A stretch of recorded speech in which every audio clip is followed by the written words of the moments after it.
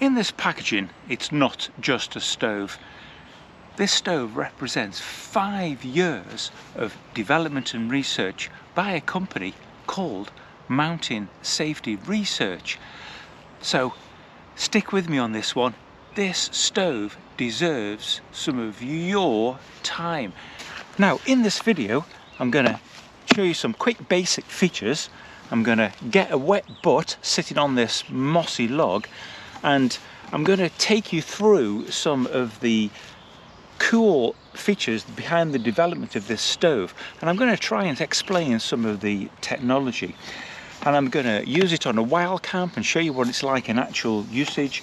And also I'm going to compare it to this fire maple Mars stove that you've seen me use before. And I must admit to some trepidation with this, because this is a good stove, but this was here first and this is where the development was put in. And I'm trying not to be biased either way, but you want the one where the investment was put in to win, don't you? But I'll try and be impartial. I'll put the information forward to you and you can make your own mind up. But there's a lot of similarities between these, and I'm going to finish this video with an in-depth comparison, and hopefully I'll have the opportunity to use them in some strong wind as well. Can't promise that though.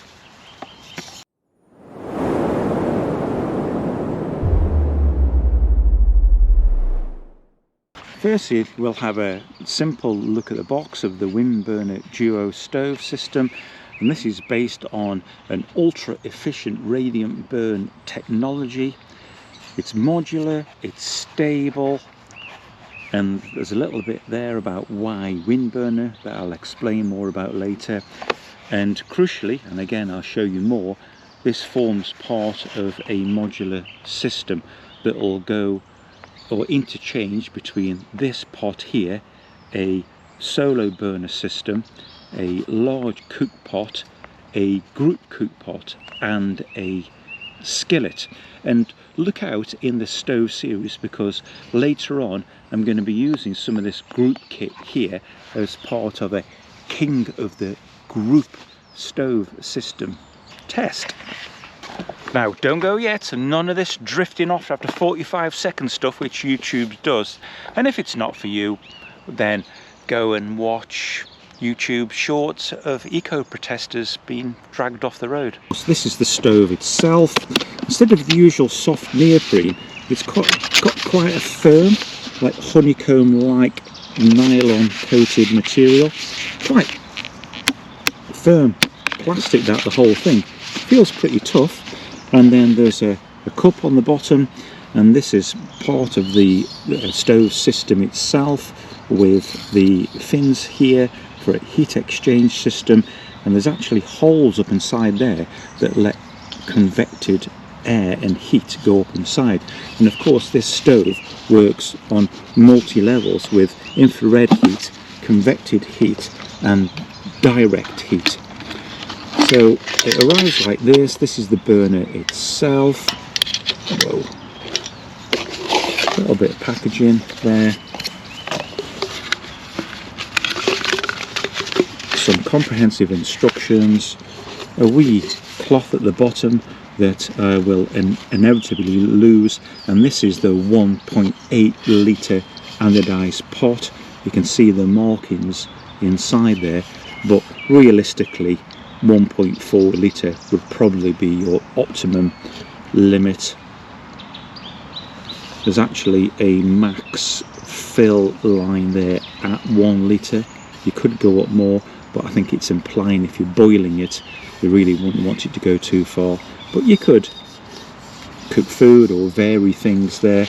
And talking of cooking food, what does concern me a little bit about this system is the small area inside there, and the high temperature that this could potentially reach to.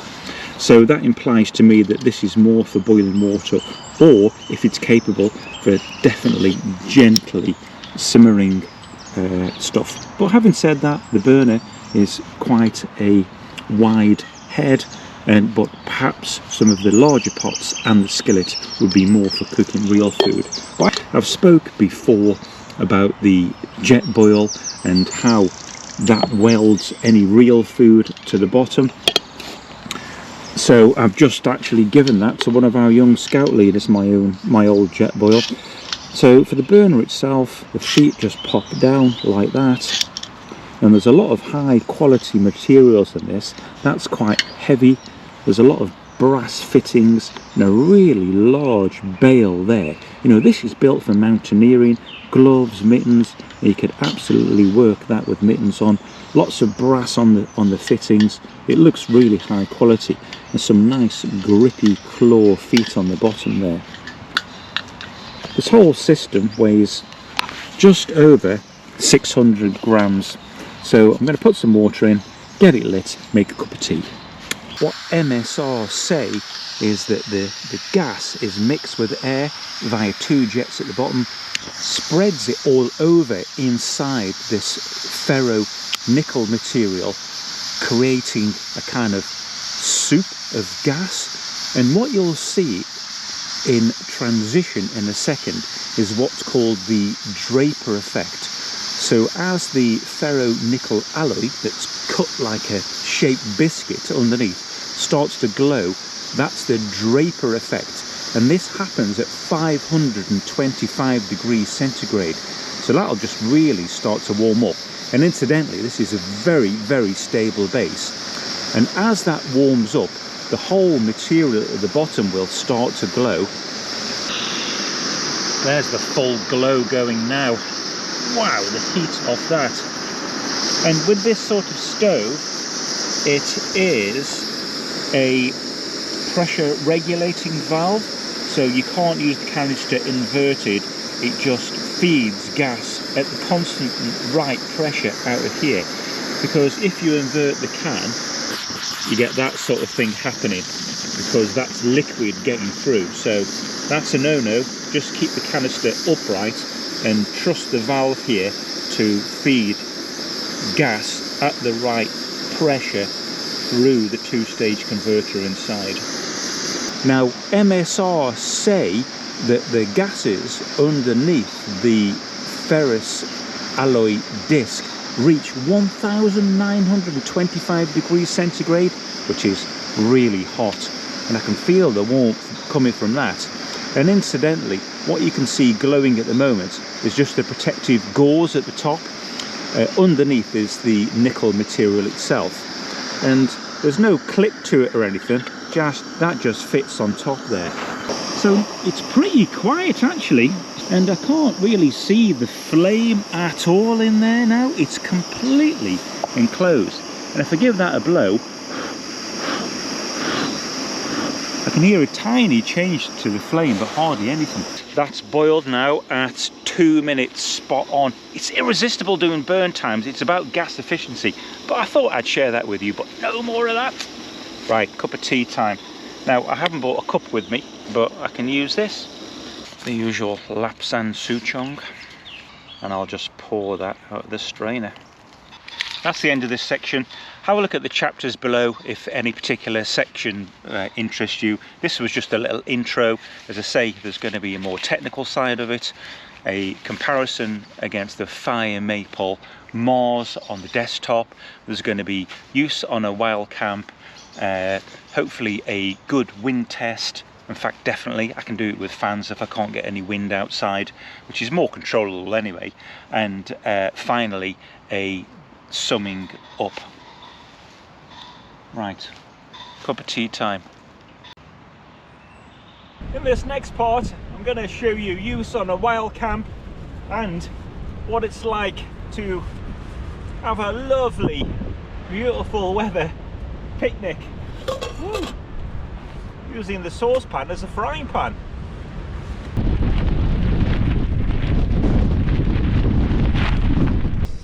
And despite me being in the tent here, it's still pretty drafty. So I'm glad for this wind burner system that's not being affected by the wind.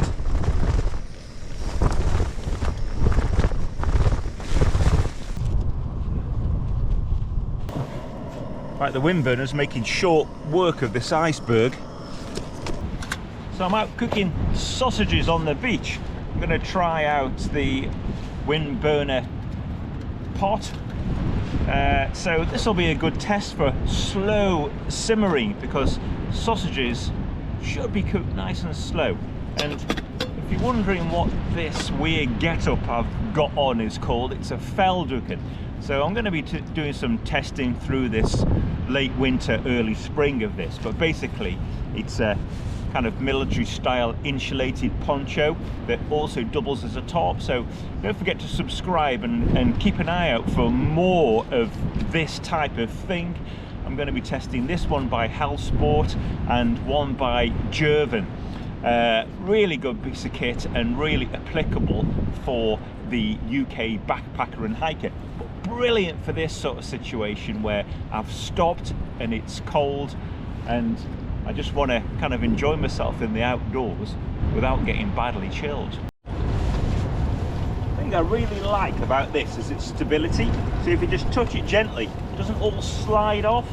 Absolutely brilliant. And I know it's a brand new pan, but this non-stick seems spot on.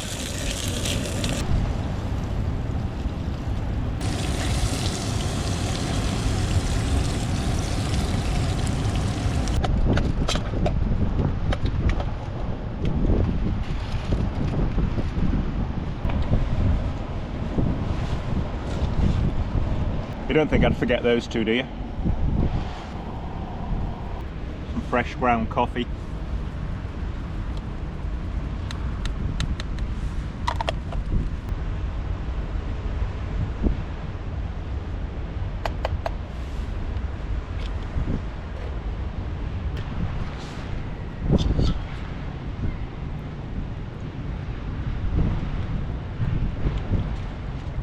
Lovely fresh coffee brewed outdoors in the rain.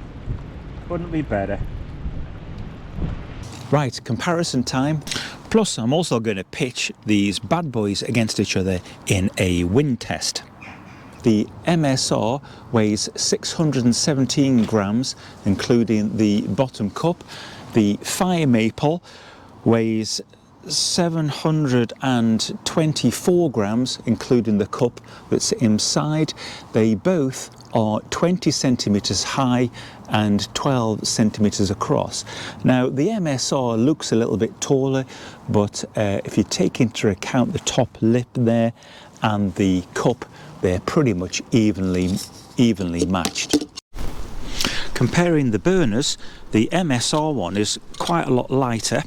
They're both pressure regulated, and the MSR has this quite slick folding out mechanism at the bottom. The Fire Maple is considerably heavier and it's a little bit stiff to get those out there, but again this is also pressure regulated. Now you will see that the Fire Maple burner diameter is bigger, with the MSR burner head inside measuring 77 millimeters and the Fire Maple 90 millimeters, which implies that this should have a bigger spread of heat, but that's down to the design of the pan. So to compare the pans, the MSR one is slightly taller, kind of inside, it goes down deeper, but the capacities are similar. Interestingly, Fire Maple say that this should be just over 1.2 litres max, whereas the MSR specify max at 1 litre, although the increments go up to kind of 1.5 litres here inside. The surface area correspondingly is smaller for the MSR compared to the Fire Maple, but that might make a positive performance difference one way or the other.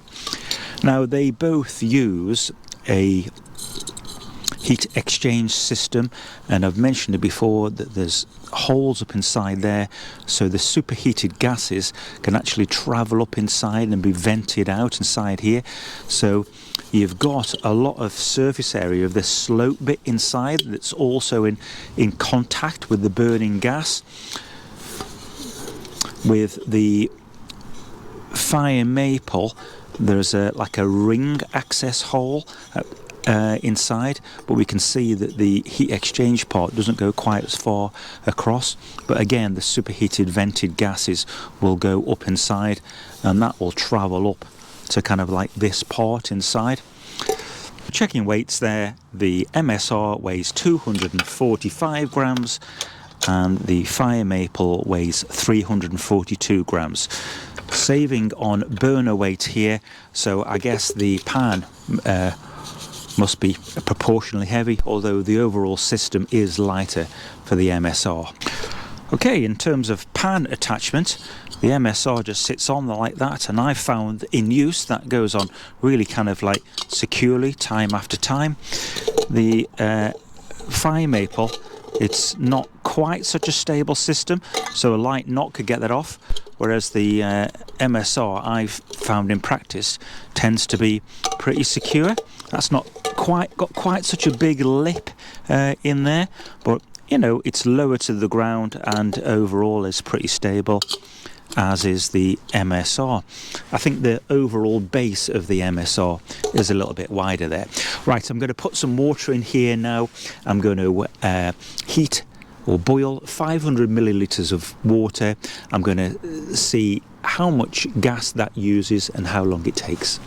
Right, that's them both lit. I'm not going to give them any time to let the biscuit kind of heat up. I'll get them going straight away. That's when I've got my stopwatch started there. I suppose they have got a bit of heat time there now.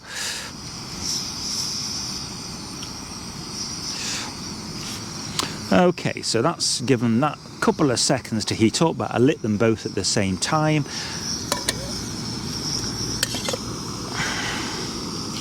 Good.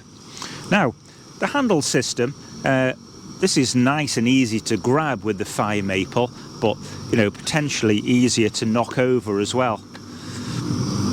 With the MSR, it's this kind of hard plastic stretchy thing, quite compact. Now, I find the MSR lid a bit of a struggle to get on, but having said that, when you're tipping liquids through the spout, it won't fall off, so you can actually use it properly that way. Just have to keep making sure it's down. Of course, the fire maple one being quite loose, if you try and tip that, it will just fall off. So if you were going to use that as a strainer, you would have to keep the lid held in place, potentially slightly more dangerous, whereas the MSR with its little pouring spout or strainer, you can just use that in situ, providing you've checked that it's in place. Now, I expect both of these stoves to have a dazzling performance, really. They're both kind of like super efficient, but we'll see which one wins. I mean, 1 minute 15 there, and there's already a lot of activity with both. Now, both of these canisters were on 174 grams, and that's 166 now, which makes 8 grams of gas, and that is on 167, which means 7 grams of gas. So very, very close there, but oh, actually that's saying 167 and 168. Yeah, so the fire maple used 1 gram of gas less and was just over 30 seconds faster. So well done, fire maple. Marginal win there. They've both got great features, these pans, but what about when it comes to kind of like conventional cooking, when you want to kind of fry or cook a larger group meal? Now, this is where the MSR has its strengths and also its weaknesses, because you can't put a conventional pan on here, it would just kind of smother the flame, whereas fire maple provides this little kind of wire framework. God, why is it on a Sunday, every time I start recording stuff, people start going past on Harley Davidsons and short pipes? Jeez. Now, with the MSR, they have their own pans and skillets that have this dedicated ring on the bottom. Now, this isn't actually a heat exchanger as such, although it would give that effect a little. This is more of a kind of like a wind guard, and to help to spread the effect of the flame. This one is called the ceramic sauce pot, and I bought this one, whereas the rest of the kit was given to me. For the fire maple, I'm going to be using this Soto anodized aluminium pot for this test. That's a kind of similar diameter and thickness. So what we're going to do now is again boil some water. We'll check the efficiency, and also we'll have a look, importantly, at the simmer. But this is a beautiful bit of kit. Not cheap. I think this cost me £60, but you can see it's got a high quality lid, a little rubberized grab handle there. It's got a little roller there that pops off. Comes with a cloth inside, and it has a non-stick coating inside. So beautiful bit of kit, and it's got a little pour spout and a sieve there. I have found that I've got to adjust this a little bit because that has popped off a couple of times. Got a pretty stable handle on it, and to release that you have to press that little red button and just click it down, and that stays in place. Nice quality bit of kit. What this coating will be like over use, I don't know. I have heard reports that on the skillet it doesn't last too long, but you know, it doesn't seem particularly thick, but that's just going on other people's reports and not my own testing. Right, let's get some fresh water and we'll do a little simmer, and we'll add some more water, and we'll get up to a boil. Now, theoretically, the MSR should forge ahead here, because there's been going to be little loss of heat with this dedicated pan system, whereas potentially there should be significant heat loss with the fire maple there, but we'll see. This MSR system is going to be a lot more stable with that pan kind of fixed on there on its own ring, whereas of course the fire maple one is just kind of like sliding around there. Well, getting towards the previous time now, 2.5 minutes, and the MSR is nearly there. The fire maple is behind, maybe not far behind. Right, the MSR redeemed itself there with 3 minutes 15 for a full rolling boil, but the fire maple was a long way behind, 5 minutes and 5 seconds. But I think the canister was starting to cool and it got to a gentle rolling boil, but not a very convincing one. So this fuel efficiency and wind guard efficiency here is starting to prove itself, even though there's barely a breeze in the back garden here. That made a considerable difference. Right, let's weigh the gas. The MSR used 10 grams of fuel, and the fire maple used 15 grams of fuel, so 50% more fuel for that 500 milliliter boil. Right, let's have a look at a simmer spread. Now, the MSR seems to have a bit of a hot spot, but then a larger spread all around. There's bubbles forming near on the whole width of the pan, whereas the fire maple has a more of a distinct hot spot in the middle and a little spread of bubbles around. And I think there's just a peak of heat in the middle, and then a lot of heat around the outside is being lost, whereas with the MSR, the wind guard and the conduction of that is having a real effect.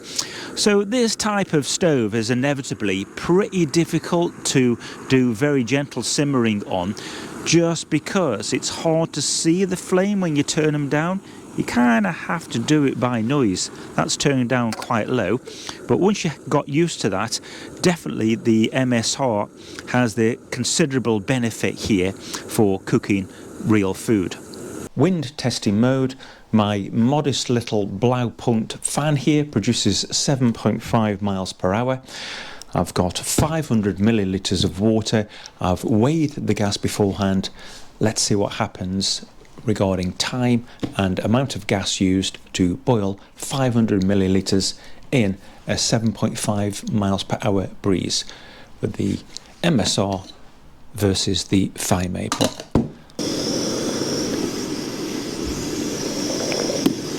Okay, that's on now. That's 2 minutes 28 for the MSR. Turn the fan off, turn that off, and we'll weigh the gas, and I'll go and get some more water for the Fire Maple because I've just knocked it all over. 500 millilitres everywhere. Great. Right, let's see if the MSR can redeem itself a little bit, because if you remember, it was only 1 gram of gas behind, I think it was, but about 15 seconds behind. So I'll get the fan going there.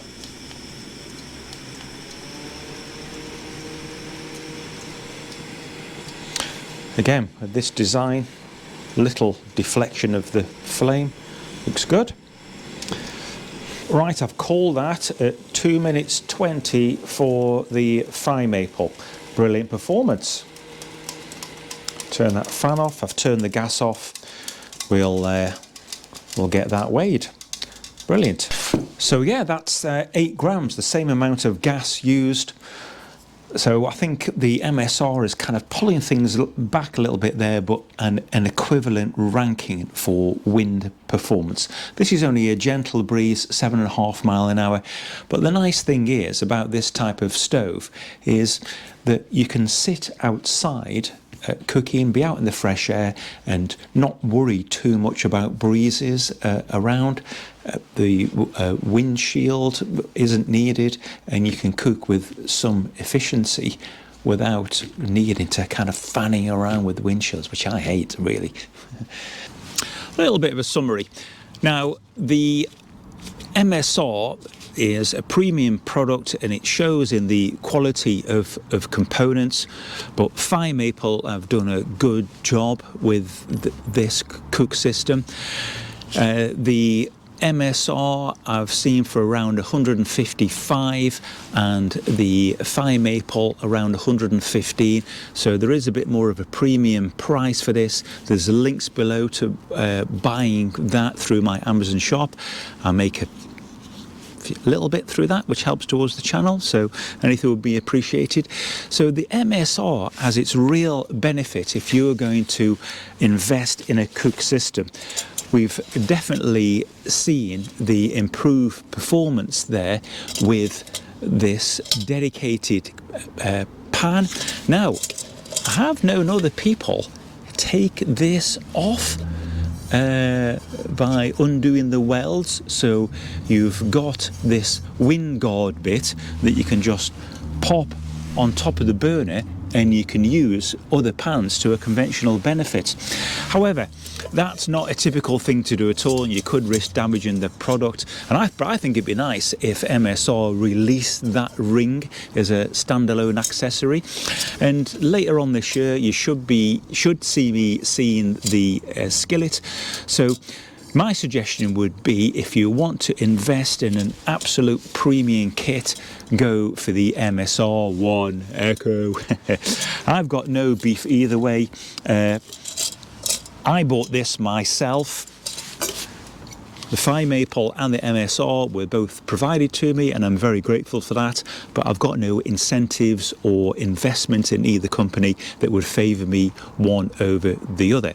So for a group system, and if you're going to kind of want fuel efficiency across more pans, I would say this is the one to go for.